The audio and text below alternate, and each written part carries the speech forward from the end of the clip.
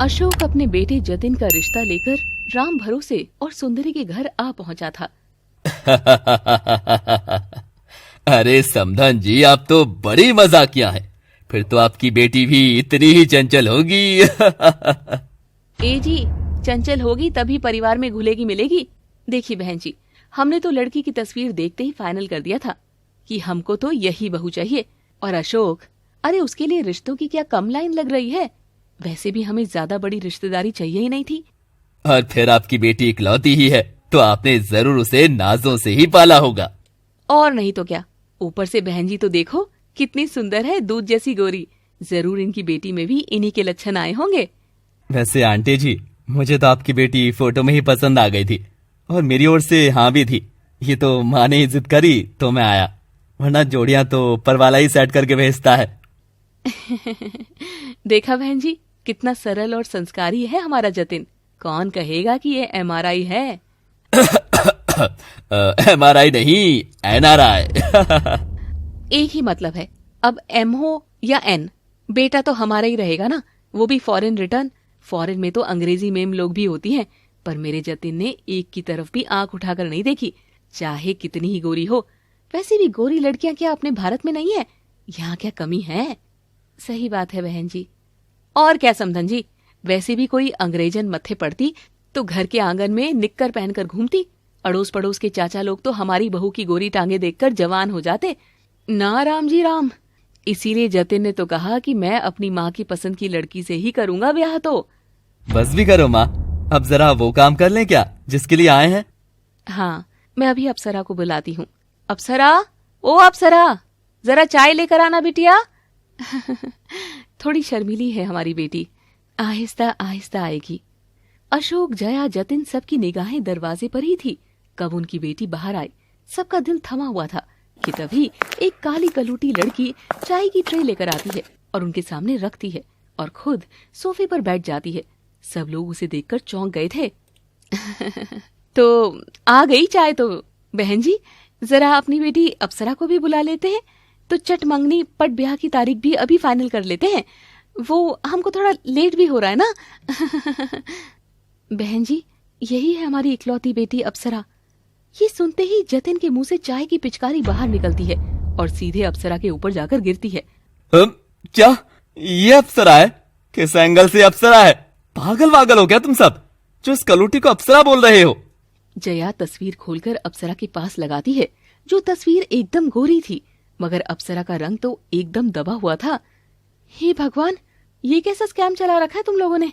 तस्वीर भी fair lovely लगाकर भेजी है क्या? देखो तुझी, दिन और रात। राम भरोसे जी, माफ करना, मगर आपके नाम पर ही भरोसा करके हम यहाँ आए थे, मगर आपने तो आज पहले दिन ही धोखा दे दिया। मेरा बेटा अमेरिका से लौटा है, वहाँ की गोरी चमड़ी को छोड़कर क्या वो आपकी इस अप्सरा से शादी करेगा? अप्सरा अपने लिए ऐसी तुच्छ वाणी सुनकर रो रही थी। अशोक और सुंदरी नजर नीचे किए हुए थे। देखिए, आपको रिश्ते के लिए मना करना है, आप कर दीजिए, लेकिन मेरे माँ बाबा को यूं जलील मत कीजिए। मुझे आपसे पहले 62 लड़के रिजेक्ट कर चुके हैं, एक और सही, पर मेरे माँ बाबा को कुछ मत बोलो, कुछ मत बोलो। सही बोल रही है लड़की, इनको भी बोलने से क्या फायदा? इससे अच्छा तो चलो यहाँ से। ईद का चांद लेने आए थे, ये अमावस की काली रात हमारे मत्थे मरने चले थे। अप्सरा अप्सरा बोलकर ये तो हिडम्बा राक्षसी पकड़ाने वाले थे रे बेटा। चल जल्दी चल यहाँ से। जया, अशोक उठने वाले थे कि राम भरोसे अपनी बेटी की ओर देखता है। उसकी ढलती जवानी उसे अब सताने लगी थी। बहन जी, भाई साहब, रुक जाइए। देखो, मेरा कोई इरादा नहीं था आपको धोखे में रखने का। ना ही हमें हमारी बेटी के इस काले रंग से कोई दिक्कत है, ना ही इस बात की कोई शर्म है। बस मैं बेटी का बाप रह गया, इसलिए अपनी पगड़ी तक आपके पाँव में रखने को तैयार हूँ। मुझे आपका लड़का पसंद आया है, मेरी बेटी भी सर्वगुण संपन्न है। हाँ, जो भी आता है इसका रंग देखकर वापस चला जाता है, मगर ये पढ़ाई में कितनी होशियार है, इसे क्या क्या काम आता है, इसके बारे में तो कोई पूछता तक नहीं है। हमारी बेटी में रंग के अलावा और कोई दोष है ही नहीं जी। प्लीज आप लोग एक बार के लिए बैठ जाइए। और उनकी इतनी विनती देखकर जतिन का परिवार बैठ जाता है। अप्सरा हमारी इकलौती बेटी है, और वो भी मिन्नतों से हमें मिली है। जो कुछ मेरा है सब इसी का है, पाई पाई जोड़कर सब इसी के लिए बनाया है। इसके ब्याह करने के बाद कौन ही संभालेगा इसे? वो तो सब आपके बेटे का ही होना है। आप चाहें तो जो आप कहें वो मैं शादी में देने को तैयार हूं। एक की जगह 2 बड़ी गाड़ी, हर सामान डबल कर दूंगा। बस आप मेरी बेटी के रंग का दोष मत मानिए। राम भरोसे बोलते बोलते रो पड़ता है। अपने बाप की ऐसी फटती आत्मा देखकर अप्सरा उसके पास जाती है और चिपक कर रोने लग जाती है। नहीं बाबा, नहीं, मैं आपको ऐसे झुकाकर शादी करके कौन सा सुखी रहूंगी। यूं मत करो बाबा। जतिन, अशोक, जया ये सुनकर एक दूसरे का मुंह ताक रहे थे और फिर जया मुस्कुरा देती है और चाय का कप फिर से उठा लेते हैं। अरे भाई साहब, आप तो इमोशनल हो गए। नहीं नहीं, हम लोग इतने भी पत्थर दिल नहीं हैं। अब आपकी अप्सरा है तो उसमें कोई तो खूबी होगी ही ना। हाँ बहन जी, बहुत सारी खूबियां हैं। बुनाई, कढ़ाई, सिलाई, पेंटिंग, कुकिंग सब आता है उसे। गाती भी बहुत अच्छा है। गाने के लिए तो ससुर जी भड़का म्यूजिक सिस्टम दे ही देंगे, तो उसकी जरूरत ना है। और माँ, वो किचन में जो ओवन की जगह छुड़ाई है ना, अब सही काम आएगी। अप्सरा जो ओवन लाएगी वो वहीं रखेंगे। लालची लोगों ने एक एक करके बहाने से अपनी सब डिमांड के बदले अप्सरा को कबूल कर लिया था। वैसे माफ करना भाई साहब, अब मैं जरा बिटिया और आपकी शक्लें मिला रहा हूँ, पर ना ये भाभी जी पर गई है और ना ये आप पर, तो फिर ये नानी पक्ष पर गई है। मेरी माँ की नानी ऐसी दिखती थी, तो बस। तभी उनकी पड़ोसन कल्याणी एंट्री मारती है, जो रंग में अप्सरा को टक्कर मारती थी। अय्यो जी, अरे आज फिर हुजूम उमड़ रहा है यहाँ। आज कौन आया है हमारी अप्सरा का खून पीने? जया टुकुर टुकुर कल्याणी को घूर रही थी। सुंदरी समदन जी, वैसे भाई साहब मिजाज के मनचले तो नहीं है ना? कहीं आपकी अप्सरा पड़ोस के डाक खाने में डिलीवर हुई हो? सुंदरी बेचारी बेटी वाली होने के नाते जया के ऐसे भद्दे मजाक पर भी चुप ही रह जाती है और अप्सरा और जतिन का रिश्ता तय हो जाता है। उनके जाने के बाद अप्सरा बहुत नाराज होती है। क्यों बाबा, क्या मैं आप पर बोझ बन रही थी जो ऐसे लालची लोगों के यहाँ मुझे भेज रहे हैं? नहीं मेरी बच्ची, लेकिन मैं अब और तुझे जलील होते नहीं देख सकता था। और ये परिवार हमसे गरीब है, ऐसे में इनको कुछ भी करके दबाया जा सकता था। आज से पहले जो भी आए उनको पैसे के लालच से भी मैं दबा ना सका।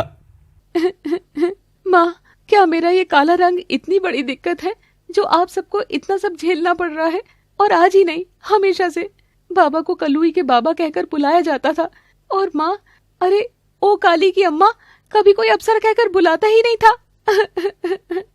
रो मत मेरी बच्ची, हमें कभी तेरी चमड़ी का रंग परेशान नहीं किया, मगर अब जो सच है सो तो सच है मेरी बच्ची, कि ये समाज केवल गोरी रंग वाली चमड़ी को हर मायने में ऊपर उठाता है और दबे रंग वाली चमड़ी को और अधिक दबाता है। यही रीत चली आई है बेटी, यही चलती आएगी, जिसे कोई नहीं बदल सकता। तू रो मत। मेरा मन कहता है कि जितना तकलीफ भरा तेरा ये जीवन गुजरा है ना, अब आगे का उतना ही आरामदायक बीतेगा। यही मेरी दुआ है तुझको। और अप्सरा के माँ बाप अप्सरा को दुआ देकर जतिन के साथ ब्याह कर देते हैं और अप्सरा बहुत सारे दहेज के साथ विदा होकर अपनी चौखट पर आ खड़ी होती है। जया उसका स्वागत करती है, मगर जतिन गठबंधन खोलकर पहले ही भीतर चला जाता है।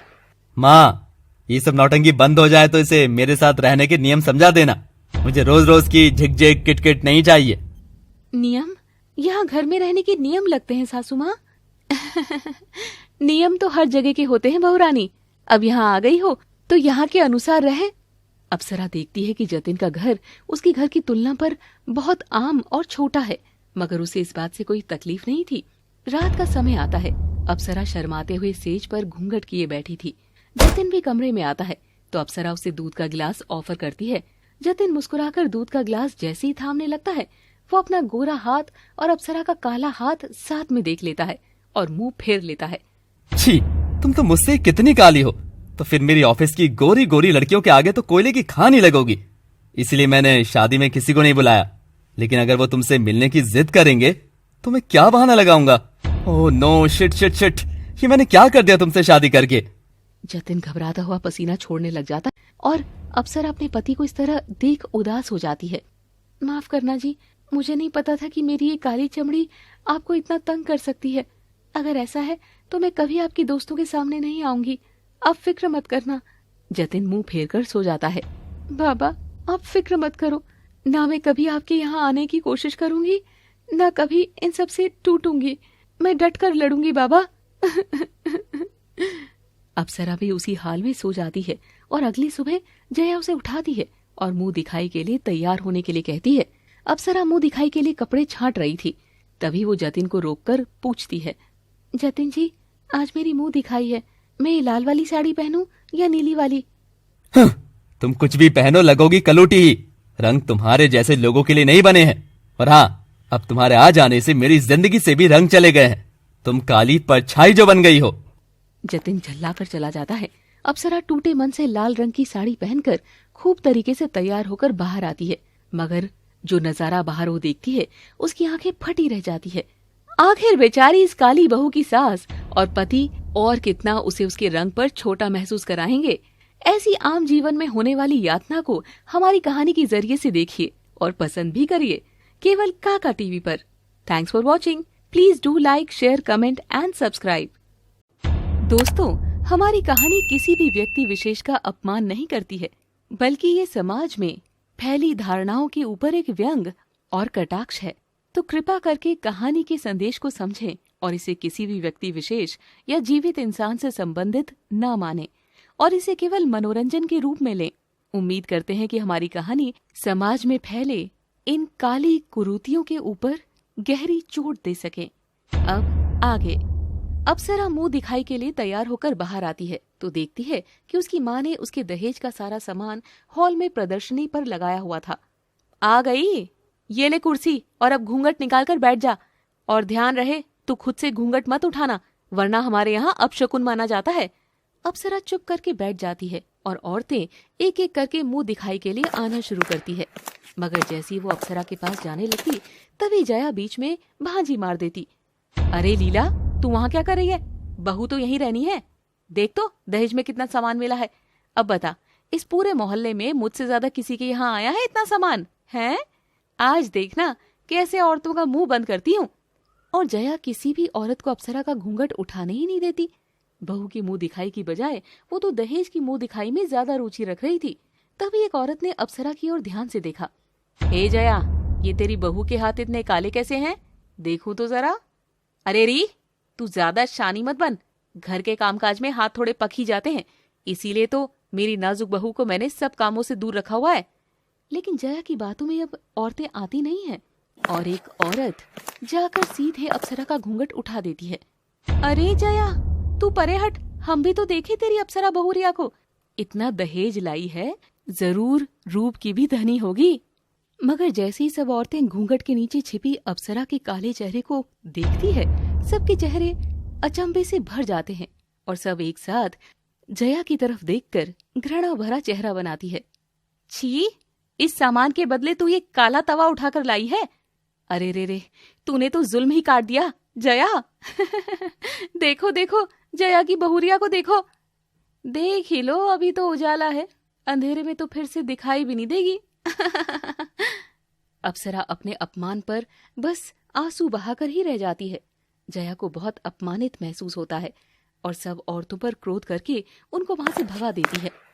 तू क्या टेस्ट हुई बहा रही है? हाँ, तेरे को तो उन्होंने कुछ बोला भी नहीं, जो बोला मुझे बोला। किसे पता था कि बेटे की शादी के बदले में इतना बड़ा अपमान अपने गले लटका कर ले आऊंगी। इतने सालों से मोहल्ले में बनाई गई इज्जत को आज तूने अपनी इस काली चमड़ी के कालिक से पोत डाला बहू। मेरे तो भागे ही फूट गए। जया छाती पीटते हुए वही टांगे फैलाकर रोने लग जाती है। ये देखकर अप्सरा को बहुत बुरा लगता है। माँ जी, रो नहीं, मैंने ये सब जानबूझकर थोड़ी ना किया है। आपने कहा घूंघट मत उठाना तो मैंने नहीं उठाया। वैसे भी उन्होंने मुझे ही काला तवा, कलूटी, ये सब कुछ कहा। अरे तो क्या गलत बोल दिया इसमें? तू है काला तवा, तू है कलूटी, और आज जो मेरी बेइज्जती हुई है उसकी सजा भी तुझे मिलेगी। आज पूरे घर का काम तू अकेली ही करेगी, समझी? और जया अपने खुन्नस अप्सरा के ऊपर निकालकर वहां से चली जाती है। अप्सरा सुबकते हुए काम करने लगती है। उसने कभी अपने घर में काम नहीं किया था।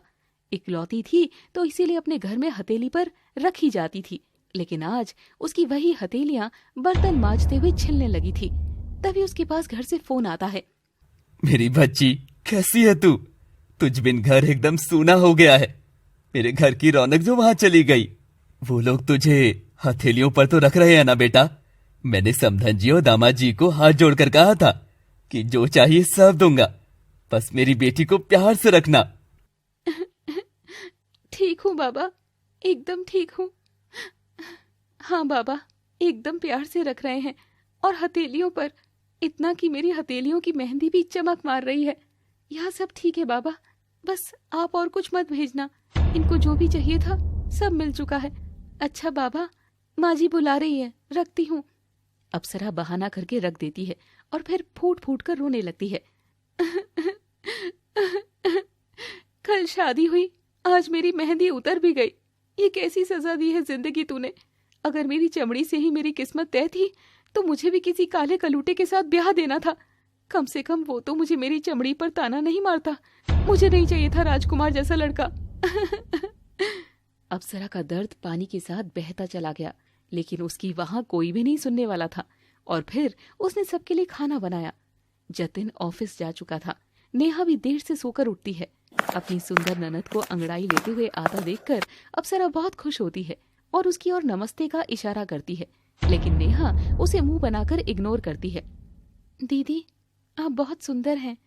तो अब क्या नजर लगाएगी तू मेरी बेटी के? ये मक्खन वक्खन लगाने की दरकार नहीं है। चल जाकर खाना लगा। वैसे भी बहुएं होती किसके लिए है? ताकि ससुराल में रोटी पो सके। तो अपना धर्म पूरा करो बहुरानी जी।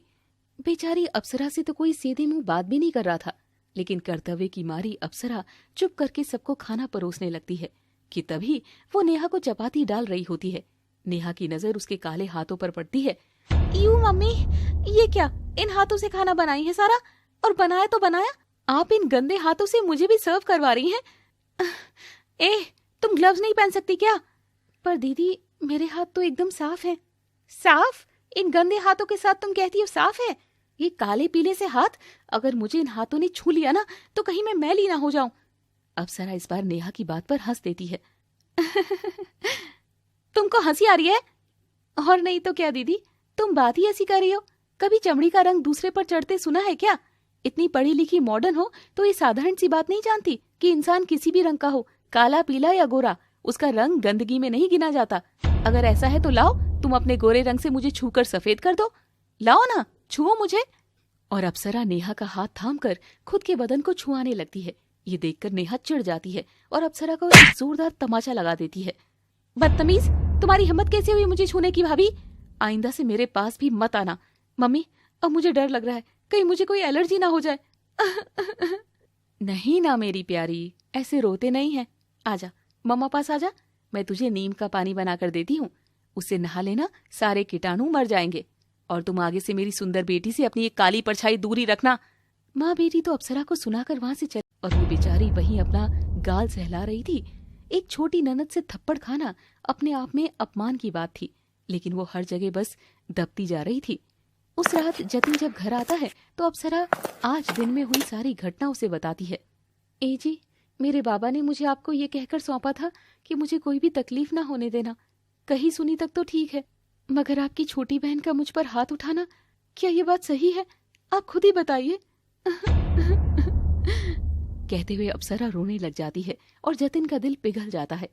ठीक है, मैं कल छोटी से इस बारे में बात करूंगा, लेकिन इसके अलावा भी मुझे तुमसे एक बात करनी थी।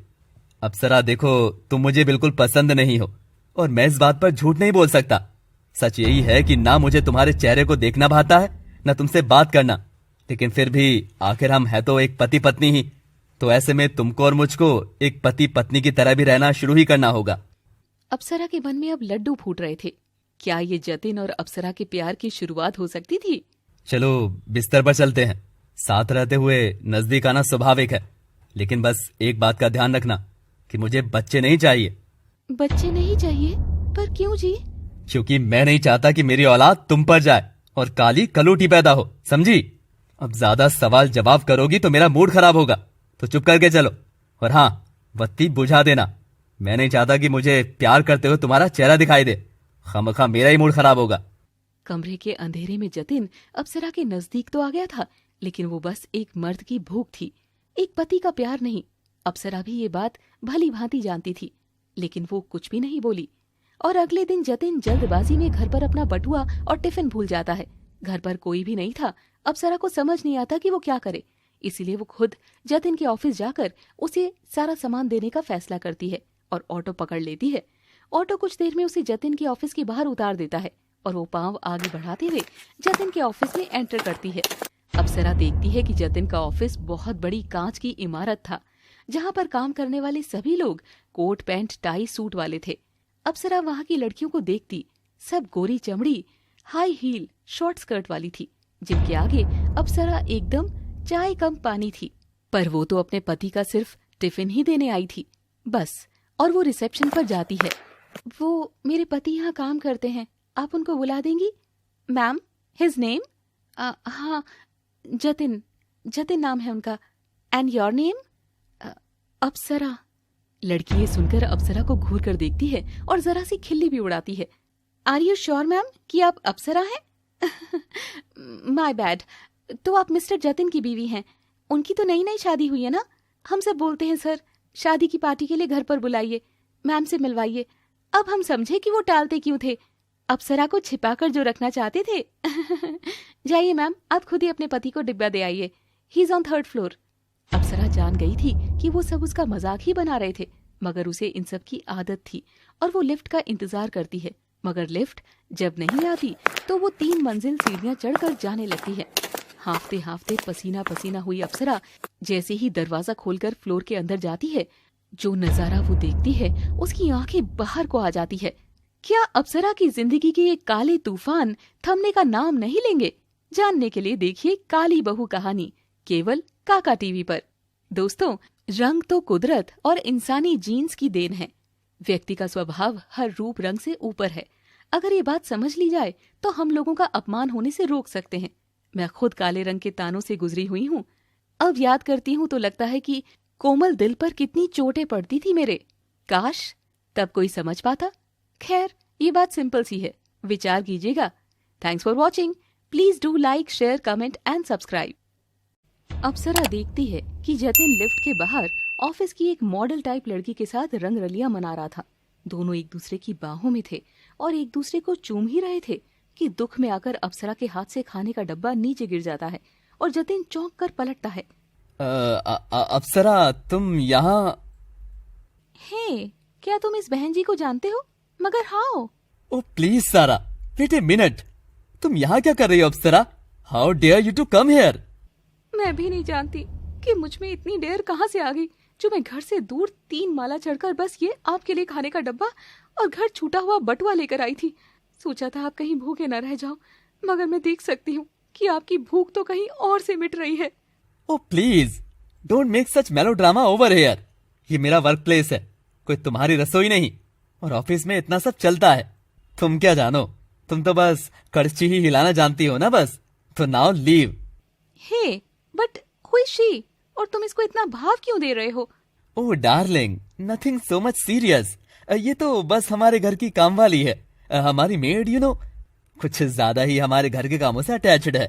और आजकल की मेड को तो तुम जानती ही हो, खुद को नौकरानी कम अपने सेठ की बीवी ज्यादा समझती हैं। Too much possessive.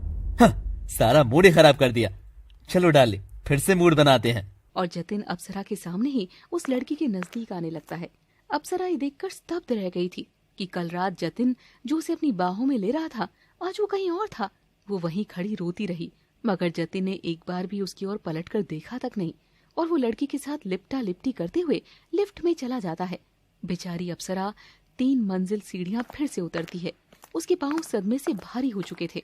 जतिन नीचे पहले पहुंच चुका था, लेकिन जैसे वो लिफ्ट से बाहर निकलता है, देखता है कि ऑफिस के सब लोग उसकी ओर देखकर हंस रहे थे। गाइस, कोई नया जोक आया है क्या जो मुझे नहीं पता? हाँ यार, ऑफिस में एक एम्प्लॉय को नया नाम मिला है, तवापति। नहीं, अप्सरा पति? अरे कुल्टी का पति भी तो बढ़िया है ना। जस्ट शट अप, ठीक है? क्या बकवास कर रहे हो दोनों? नॉनसेंस। कौन बोला तुमको ये सब? सर, आज आपकी वाइफ आई थी ना आपके लिए खाने का डब्बा लेकर, तो उनको ऊपर ही भेजा था हमने। क्या वो आपको मिली नहीं? वेट, तुम तो कह रहे थे कि वो तुम्हारी बाई है, तो फिर ये सब क्या कह रहे हैं? तुमने तो कहा था कि तुम बैचलर हो जतिन। इसका मतलब तुम मुझ पर और अपनी वाइफ दोनों पर चीट कर रहे थे। सारा डार्लिंग, लेट मी एक्सप्लेन। मैं कुआरा ही हूँ हनी। ये शादी बस एक समझौता है, like a business deal, nothing serious. अरे अभी तक तो मेरे और उस अप्सरादा कलोटी के बीच कुछ हुआ भी नहीं है। डर लगता है कहीं उसे छू दिया तो मैं काला ना हो जाऊं। और वैसे भी बेब्स, वाइफ तो तुम जैसी हसीना को बनाया जाता है, उस अप्सरा जैसी को तो बाई ही कहते हैं। तो मैंने गलत कहा, वो मेरी काम वाली बाई ही है। अप्सरा सीढ़ियों के पास खड़ी खड़ी सब सुन रही थी। वो रोते हुए सबके बीच से भागती है। सब उस पर हंस रहे थे और अप्सरा रोते हुए घर में आकर खुद को कमरे में बंद करके आईने के सामने खड़ी होकर रोते हुए अपना चेहरा नोचने लगती है। क्यों क्यों क्यों भगवान, क्यों दिया ऐसा रंग तूने मुझे? हर कदम मेरे रंग की वजह से मुझे बुरा बताया जाता है। सोचा था शायद हम सफर ऐसा मिलेगा जिसे मेरा रंग नहीं, मेरा मन दिखाई देगा, लेकिन नहीं। मुझ जैसे लोगों की जिंदगी कभी नहीं बदल सकती, कभी भी नहीं। अप्सरा बिस्तर पर औंधी लेटकर खूब रोती है। तभी उसे बाहर से नेहा की आवाज सुनाई देती है। मम्मी मम्मी, मेरा उपटन तैयार किया कि नहीं? जल्दी करो, फिर मुझे मेरा स्किन केयर रूटीन भी फॉलो करना है ना। और ये सुनकर अप्सरा को आइडिया आता है और वो नेहा का उपटन चुराकर कमरा बंद करके खुद के चेहरे पर लगाने लगती है। कुछ देर बाद जब वो मुंह धोती है तो उसे कुछ फर्क नहीं नजर आता, मगर वो इंटरनेट पर पढ़ती है कि ये सब कम से कम 7 दिन करने पर असर करता है और अप्सरा खुद को गोरा करने का ठान लेती है। उस शाम जब जतिन घर आता है तो अप्सरा उससे बात नहीं करती है। जतिन बार बार उसे घूर कर देख रहा था। ये तुमने चेहरे पर कुछ लगाया है क्या? नहीं तो, कुछ भी तो नहीं जी। नहीं, कुछ अलग लग रहा है। अगर कुछ लगाया भी है तो यही लगाया करो, अच्छी लगोगी। ये कहकर जतिन बिस्तर पर सोने चला जाता है। अप्सरा अपने पति की उस ऑफिस वाली हरकत को तुरंत भूलकर बस उसकी तारीफ में ही खुश हो जाती है। मैं जानती हूँ ये सब नेहा की खास उपटन और उन ब्यूटी प्रोडक्ट्स का कमाल है। अगर मैं रोज लगाऊंगी तो मैं भी पक्का गोरी हो जाऊंगी। एड्स में भी तो दिखाते हैं, यूं ही तो नहीं दिखाते होंगे ना। अप्सरा खुश होकर बिस्तर पर लेटती है और जैसी बत्ती बुझाती है जतिन उसकी करवट लेकर उसकी तरफ और करीब आ जाता है। जतिन जी, एक बात कहूं? I love you. लंगोरिया अंगोरिया के ख्वाब ना देखे तो बढ़िया होगा। तुम बस मेरे रात में ही काम आओगी, ये बात कभी मत भूलना, समझी? जतिन की बेरुखी के बावजूद अप्सरा जतिन को ही अपना सब मानती है। पता नहीं ऐसा क्यों होता है, औरत को इतनी दुत्कार मिलने पर भी वो उसी ओर खींची चली जाती है। मगर अगली सुबह अप्सरा खुश होकर उठती है। वो अपनी सास के मुताबिक समय पर सारा काम कर लेती है और फटाफट फ्री होकर वही उपटन का लेप चेहरे पर लगाती है। फिर से मुंह धोती है, खुश होती है। अब से धीरे धीरे अप्सरा नेहा के ही प्रोडक्ट्स चुपके से देखती है और फिर जैसा वो करती है ठीक वैसा ही उन्हें अप्लाई करती है। 7 दिन बीत गए थे। अप्सरा आज सज धज कर जतिन का इंतजार कर रही थी। उस दिन तो एक बार लगाने पर ही जतिन को मेरे रंग में फर्क दिखा था, पर अब तो पूरे 7 दिन हो गए हैं। आज तो मैं पक्का उन्हें अच्छी लगूंगी। और जतिन कमरे में आते ही बिस्तर पर लेट जाता है। वो अप्सरा की ओर देखता तक नहीं। जतिन, उठो ना, एक बार मेरी ओर देखो ना, क्या मैं आज कुछ अलग लग रही हूँ? क्या दिक्कत है तुम्हारी? चैन से सोने भी नहीं देती हो। क्या देखो इस चेहरे को, काले चमड़े को चमकाने के लिए मेकअप नहीं, शू पॉलिश लगती है, शू पॉलिश। कल ऑफिस जाते हुए ला दूंगा, समझी? सो जा अब। और तू बस लाइट बंद कर देना अम्मा। पता चला मैंने करवट ली और बगल में इतना भयानक चेहरा देखकर घबरा कर मर गया। जतिन जला कटा बोलकर खुद तो सो गया और अप्सरा वहीं सुबकती रह गई। ऐसा कैसे हो सकता है? नेहा तो ये सब लगाती है तो कितना चमक मारती है, पर मेरी बारी में ये सब काम कैसे नहीं करी? जरूर कोई और तरीका होगा। हाँ, क्या लिखा है कुछ, ज्यादा पक्के रंग वाले लोग 2 हफ्ते इसका इस्तेमाल करें। अच्छा, तभी मैं सोचूं कि जतिन को फर्क कैसे नहीं लगा। मैं अब और ट्राई करूंगी। जिस अप्सरा को कभी अपने काले रंग से कभी कोई दिक्कत नहीं हुई, वो अप्सरा भरपूर कोशिश करते हुए खुद को गोरा करने के लिए मरी जा रही थी। अगला दिन उगता है और अप्सरा की वही मेहनत फिर से चालू हो जाती है। और दिन बीते वो रोज क्रीम लगाती है और जतिन के आने का इंतजार करती है, लेकिन जतिन कुछ नहीं बोलता। एक दिन रोज की तरह अप्सरा नेहा के प्रोडक्ट्स कमरे में छिप कर लगा रही थी कि उस दिन भूल से वो दरवाजे की कुंडी लगाना भूल गई। और उसी वक्त नेहा वहां से जैसी गुजरती है वो अप्सरा को अपने क्रीम पाउडर इस्तेमाल करते हुए देख लेती है और वो भयंकर आग बबूला हो उठती है कि वो दरवाजा जोर से खोलती है। चोटी, क्रिमिनल, इतना ही मेरा सामान चुराने की पड़ी थी तो अपने बाप के घर से लेकर आती ना। मम्मी मम्मी देखो ना, मैं कह रही थी ना कि मेरा सामान बड़ी जल्दी खत्म हो रहा है, चोर तो हमारे ही घर में थी।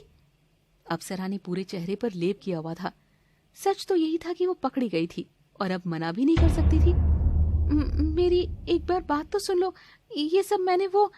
Shut up, just shut up. Mummy mummy.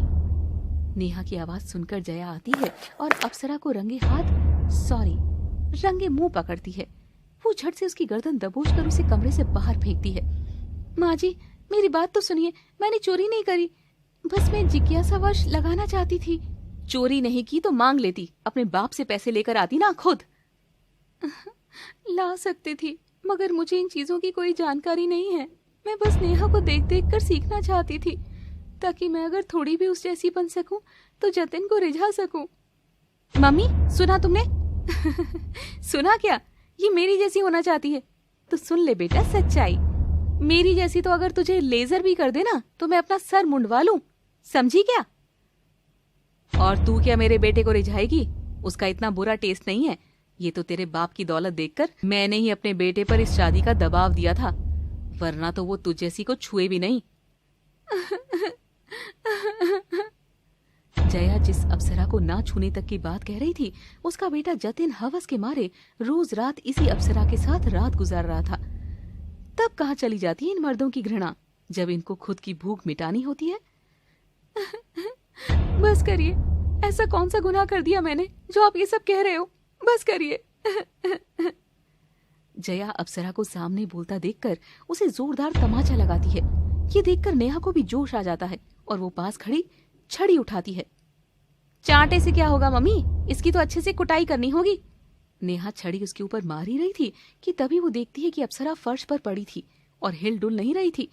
Mummy ये हिलडुल क्यों नहीं रही है? मरवर तो नहीं गई ना? मर कैसे सकती है?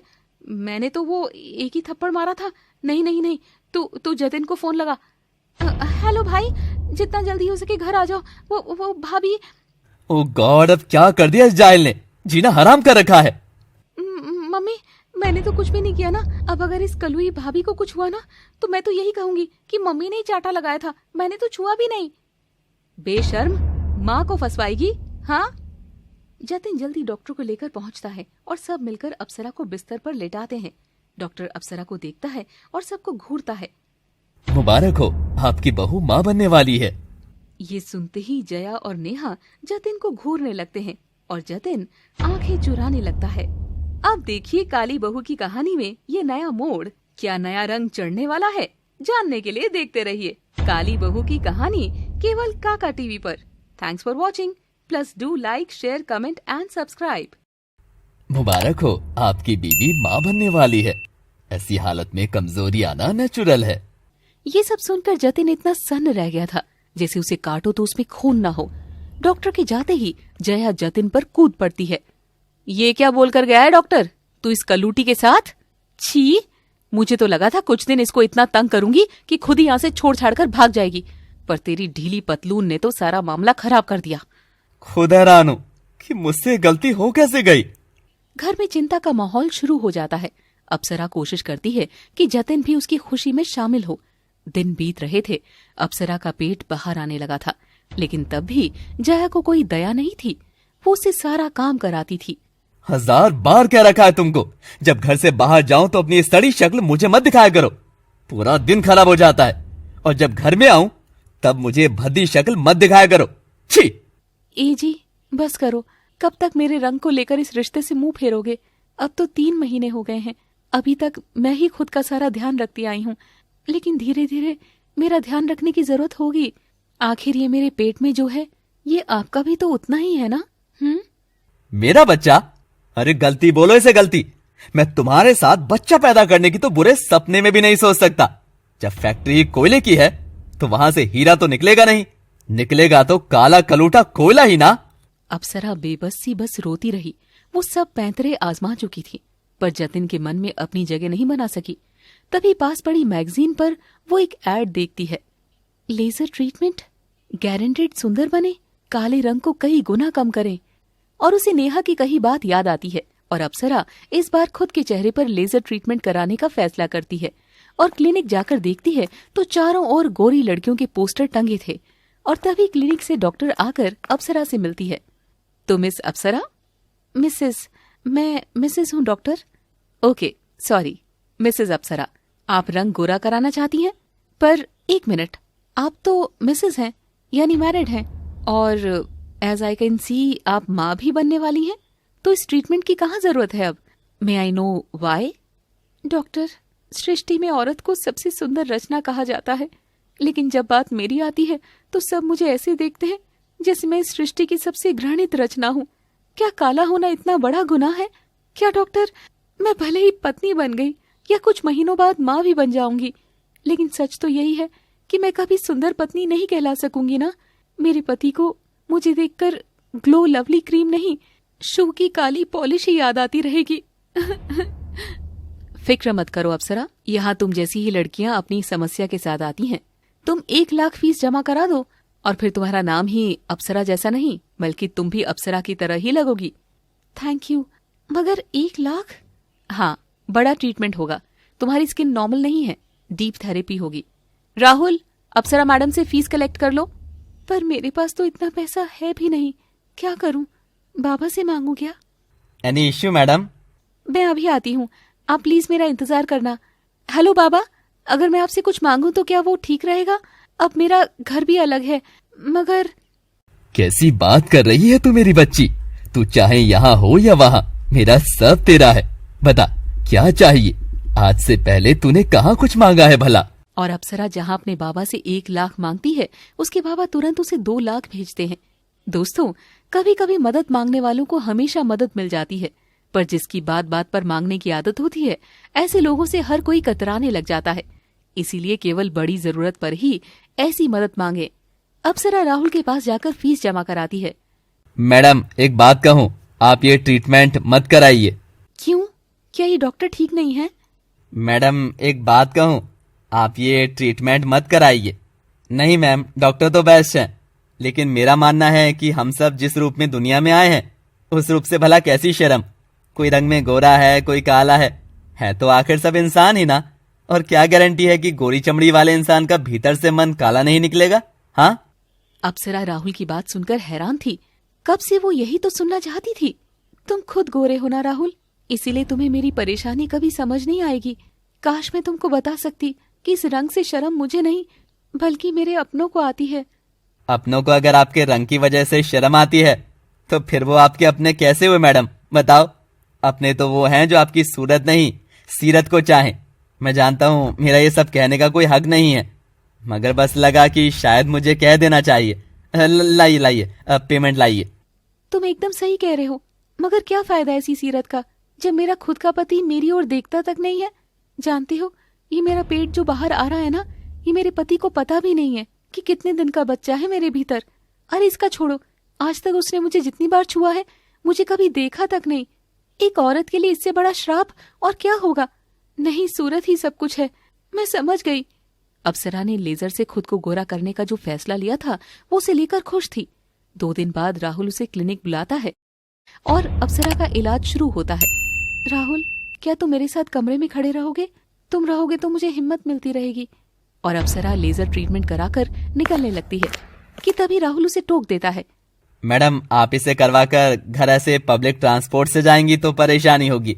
आप कहें तो मैं अपनी बाइक पर आपको घर छोड़ आता हूँ। अप्सरा को राहुल शरीफ लगता है और वो हाँ कर देती है। राहुल अप्सरा को उतार कर जाने ही लगता है कि नेहा उसे देख लेती है। जैसे ही अप्सरा भीतर जाती है, नेहा उसे धर दबोच लेती है। ओहो, तो अब आशिकों को दरवाजे तक लाने लगी हो तुम। नहीं नेहा, वो तो राहुल था, लेजर वाली क्लिनिक में काम करता है। लेजर? तुम लेजर करवा कर सुंदर बनोगी क्या? मुझ जैसा बनने का शौक है ना? तो लाओ, मैं बना देती हूँ तुमको मुझ जैसा। नेहा अप्सरा को पकड़कर उसके मुंह पर लाल मिर्च का पाउडर लगा देती है। तब तक जया भी आकर सारा माजरा जान लेती है और वो भी अप्सरा के साथ ऐसा ही करती है।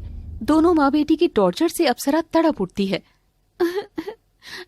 माँ, बस करो, चिल्ला दो, बहुत बहुत हो गया।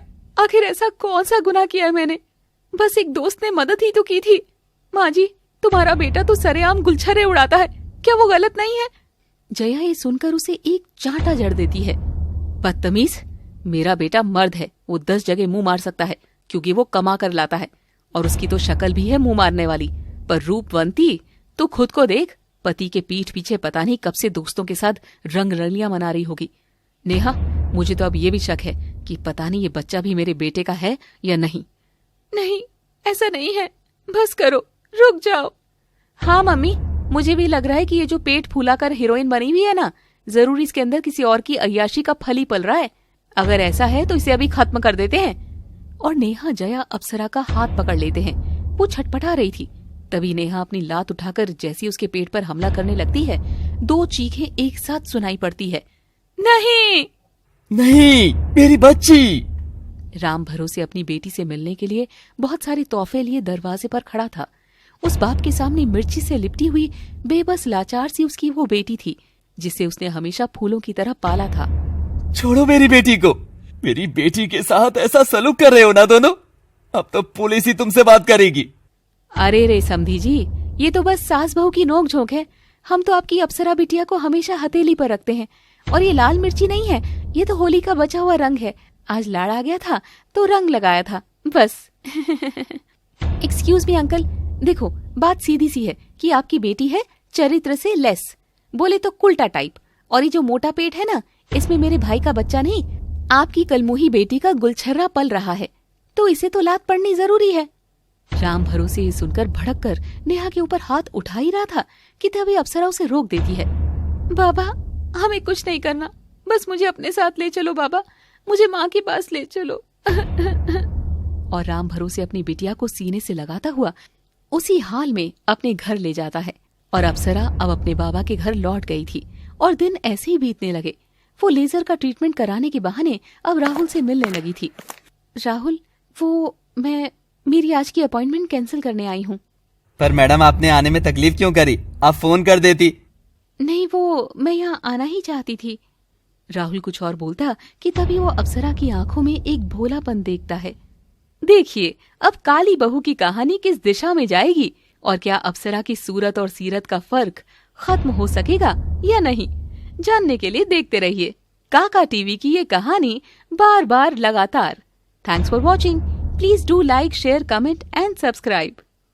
अप्सरा जतिन का घर छोड़कर अपने पिता के यहाँ आ चुकी थी। ये देख उसकी सास जया और नेहा तो खूब जश्न मनाते हैं। जब जतिन ऑफिस से लौटता है तो उसे भी ये खबर मिलती है। अरे क्या खूब किस्मत पाई है तूने, उस कलूटी से पीछा भी छूट गया और सारा दहेज का सामान भी अपना ही रह गया। वाह वाह, मौज कर दी बेटे। क्या बात कर रही हो माँ, उस कलुई से पीछा छूट गया क्या? हाँ?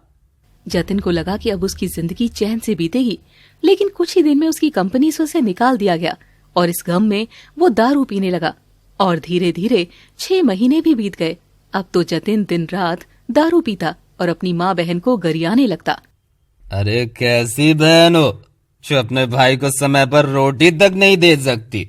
तुझसे अच्छी तो वो मेरी कलूटी बीवी थी, कम से कम खाना तो दे दिया करती थी। अब जतिन को धीरे धीरे अप्सरा की याद आने लगती है। वो अकेले कमरे में अप्सरा की याद में पगलाने लगता है और फैसला करता है कि वो अप्सरा से मिलने जाएगा। ठीक है, बस उस काली औलाद को बाप का नाम देना है और उस अप्सरा को बस ये कहना है कि घर वापस चलो। इतना भी मुश्किल नहीं होगा। ना बाबा ना, मैं सॉरी वॉरी नहीं बोलने वाला। 2 टाइम की रोटियों के लिए मैं क्या एक औरत के आगे सॉरी बोलूंगा? ससुर। पर यार अप्सरा तो वापस चाहिए।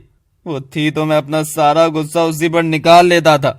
अब तो ना कोई मेरी सुनता है और ना ही मेरी 2 पैसे की इज्जत करता है। जतिन की मर्दानगी उसे झुकने नहीं दे रही थी, और वो अप्सरा के घर के बाहर सिर्फ इसीलिए पहुंचता है ताकि अप्सरा को घर की नौकरानी बनाकर वापस ला सके। और राम भरोसे दरवाजा खोलता है।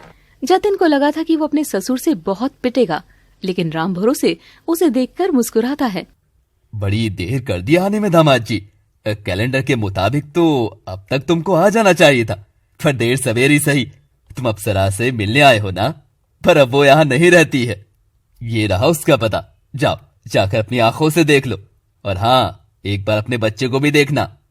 जतिन सरप्राइजिंगली उस पते पर जाता है तो देखता है कि वो पता एक बहुत सुंदर छोटे से घर का था।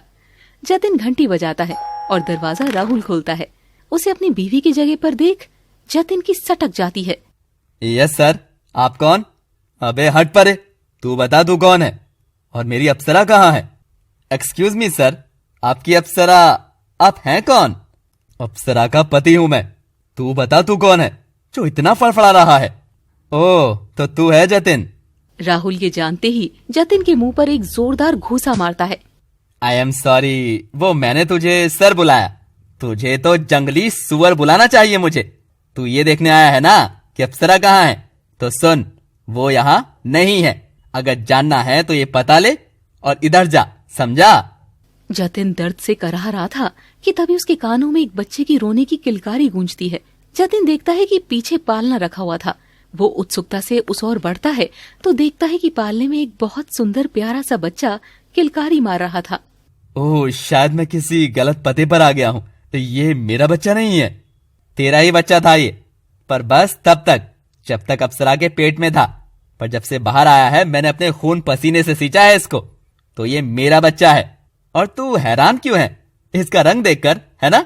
इसकी बदकिस्मती है जो ये रूप रंग में अपने बाप पर गया है, लेकिन मेरे होते हुए मैं ऐसे गुणों में कभी भी तुझ पर नहीं जाने दूंगा, समझा? कौन हो आखिर तुम और अप्सरा के क्या लगते हो? सब कुछ। हाँ, मैं अप्सरा का सब कुछ लगता हूँ। जाकर उसी से पूछ कि मैं उसका हूँ कौन। और जतिन जैसी बच्चे को पालने से उठाने के लिए आगे बढ़ता है, राहुल झट से उसे उठाकर खुद से चिपका लेता है और जतिन को धक्के मारकर बाहर निकाल देता है। वो सदमे में था कि आखिर इन 6 महीनों में ऐसा क्या हो गया था जो अप्सरा इतनी बदल गई थी, जो एक गैर आदमी के साथ एक ही छत के नीचे। अब उसके हाथ में बस एक पता था और कुछ भी नहीं। जतिन बिना देरी किए उस पते पर पहुंचता है और ये देखकर हैरान था कि उस बिल्डिंग के बाहर अप्सरा के बड़े बड़े पोस्टर्स और होर्डिंग्स लगी है, जिसमें अप्सरा किसी मॉडल से कम नहीं लग रही। ये कौन है और अप्सरा यहाँ क्या कर रही है?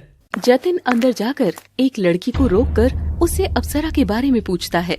एक्सक्यूज मी मैडम, वो मेरी वाइफ यहाँ पर। यस, बोलो वाइफ क्या? हाँ तो अब तुम मेरा चेहरा भी भूल गए क्या जतिन? अरे मैं भी कितनी बुद्धू हूँ, चेहरा देखा ही कब था जो भूलोगे? तुम तो बत्ती बंद करके ही मुझे खाते थे ना। अप्सरा, ये तुम? पर ये सब कैसे और इतना बदलाव कैसे? और वो राहुल कौन है जो मेरे बेटे के साथ उस घर में? आखिर ये सब हो क्या रहा है? बस सांस ले लो। मारिया, सर के लिए पानी लेकर आओ। चलो जतिन, मेरे चेम्बर में बैठकर बात करते हैं। अप्सरा जतिन को अपने ऑफिस में ले जाती है जहाँ लिखा था अप्सरा शर्मा, CEO एंड चेयरमैन। अप्सरा खुद बॉस वाली चेयर पर बैठ जाती है। Have a seat. हाँ, तो क्या पूछ रहे थे तुम? राहुल कौन है? मेरा सब कुछ। आज मैं यहाँ जो हूँ सब उसकी वजह से। उसके पीछे बस राहुल का ही हाथ है। तुम हमारे बीच का रिश्ता जानना चाहते हो ना? तो जाओ, मैं नहीं बताती, क्योंकि तुम्हारा गंदा दिमाग कभी भी वो रिश्ता जान ही नहीं सकेगा। इसकी शुरुआत तब हुई जब 6 महीने पहले जतिन से दूर होने के बाद अब अप्सरा सुंदर होना चाहती थी, लेकिन जब भी वो ट्रीटमेंट की बात करती, राहुल उसे अपनी आंखों से दुनिया की सबसे सुंदर लड़की बताता और धीरे धीरे अप्सरा को राहुल की दोस्ती अच्छी लगने लगी थी। अप्सरा, अगर तुम मुझे कुछ मानती हो तो ये लेजर फेजर मत कराओ। कुछ नहीं है, ये सब बकवास चीजें हैं। असली सुंदरता तो तुम्हारे मन में है, मैं देख सकता हूँ। राहुल, अगर मैं ऐसी रही तो मेरा होने वाला बच्चा भी वही सब झेलेगा जो मैंने झेला था। मेरे रहते नहीं झेलेगा। तुम भले ही मुझे कोई रिश्ते में ना बंधने दो, लेकिन मैं तुम्हारे बच्चे का बाप बनकर तो रह ही सकता हूँ ना। और मैं तो तुमसे भी यही कहता हूँ कि अपनी एक जिंदगी तुम खराब कर चुकी हो, पर अपनी ये नई वाली जिंदगी खराब मत करो। तुम बहुत कुछ कर सकती हो अप्सरा। अपने पंख निकालो और दुनिया बदल डालो। अगर तुम दुनिया के अनुसार नहीं हो तो उसे अपने जैसा बना डालो। और अप्सरा के दिमाग में राहुल की कही बात घर करने लगती है। वो दिन रात बस यही सोचती है कि कैसे करियर को दिशा दे। एक दिन वो शीशा देख रही थी कि अचानक उसे एक आइडिया आता है।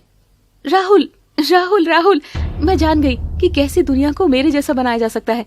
इस दुनिया में गोरी लड़कियों को हर जगह मिलती है, मगर मुझ जैसी काली लड़कियों को नहीं।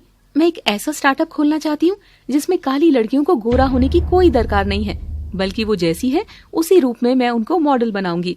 हाँ राहुल, हमारी मॉडलिंग कंपनी दुनिया के कोने कोने में अपने रंग को लेकर तंग हो रही काली लड़कियों को पहचान और इज्जत दिलाने का मौका देगी, और तब वो सब दुनिया की तरह नहीं बल्कि दुनिया को अपनी तरह कर लेंगी। बस कंपनी का नाम अप्सरा एंड मैजिक। हाँ अप्सरा, तुम अपना ही जादू चलाओ, अपनी कंपनी की पहली मॉडल बनकर, प्रेग्नेंट मॉडल। अप्सरा को राहुल का विजन पसंद आता है और वो अपना फोटोशूट कराकर बाकी काली लड़कियों के लिए इंस्पिरेशन बन जाती है। कुछ महीनों में अप्सरा के बच्चा होने के बाद उसकी जिम्मेदारी राहुल ने संभालने का फैसला लिया और वो अप्सरा अपने सपने को पूरा करने के लिए भरपूर मेहनत करने लगी। उसके बाबा ने भी उसकी मदद करी और आखिर में उसकी कंपनी बन गई, अप्सरा एंड मैजिक, जहाँ केवल और केवल काली लड़कियां ही काम करती थी। जतिन अप्सरा की ये जर्नी सुनकर हैरान था। जिसे वो पाँव की जूती समझकर घर में रखता था, वो अब इतनी सारी लड़कियों को अपने पाँव पर चलना सिखा रही थी। माँ बाबा, राहुल, सबने मेरा साथ दिया, पर उसमें सबसे ज्यादा तुमने मदद की जतिन। चौंको मत, अगर तुम मुझे इतना तोड़ते नहीं तो मैं कभी इस जगह नहीं पहुंच पाती। थैंक्स। और हाँ, नेहा के लिए एक गिफ्ट लेते जाना।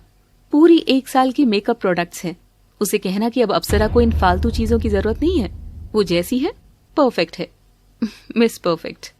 क्या मिस? हाँ, मैंने तलाक के पेपर साइन करके तुम्हारे घर भिजवा दिए हैं, पर डोंट वरी, वो दहेज का सामान रख लो, गरीबी में काम आएगा। तो क्या तुम अब राहुल? छोटी सोच ही रहेगी तुम्हारी। मैं तलाक राहुल के साथ रहने के लिए नहीं, बल्कि अब खुद के साथ रहने के लिए ले रही हूँ। यू नो व्हाट जतिन, मैंने कोई लेजर ट्रीटमेंट नहीं किया, कोई एक्स्ट्रा एफर्ट नहीं। ये ग्लो बस मेरे खुश रहने से आया है। जो मैं तुम्हारे साथ नहीं थी, I deserve a better man Jatin. Apsara attitude के साथ अपनी हाई हील्स को जमीन पर पटकते हुए जाने लगती है। जतिन उसे रोकने के लिए गिड़गिड़ाता है, मगर अप्सरा एक नहीं सुनती, क्योंकि अब वो काली बहू के जाल से निकलकर अपने बच्चे की कॉन्फिडेंट माँ और राहुल की अच्छी दोस्त के साथ अब जाकर पापा की असली परी बन गई थी। उधर जतिन, जया और नेहा अप्सरा की तरक्की देख पछताकर माथा पीटकर रह जाते हैं। तो दोस्तों, कैसी लगी हमारी ये कहानी? ऐसी ही कहानियों के लिए देखते रहिए काका TV. Please do like, share, comment and subscribe. Thanks.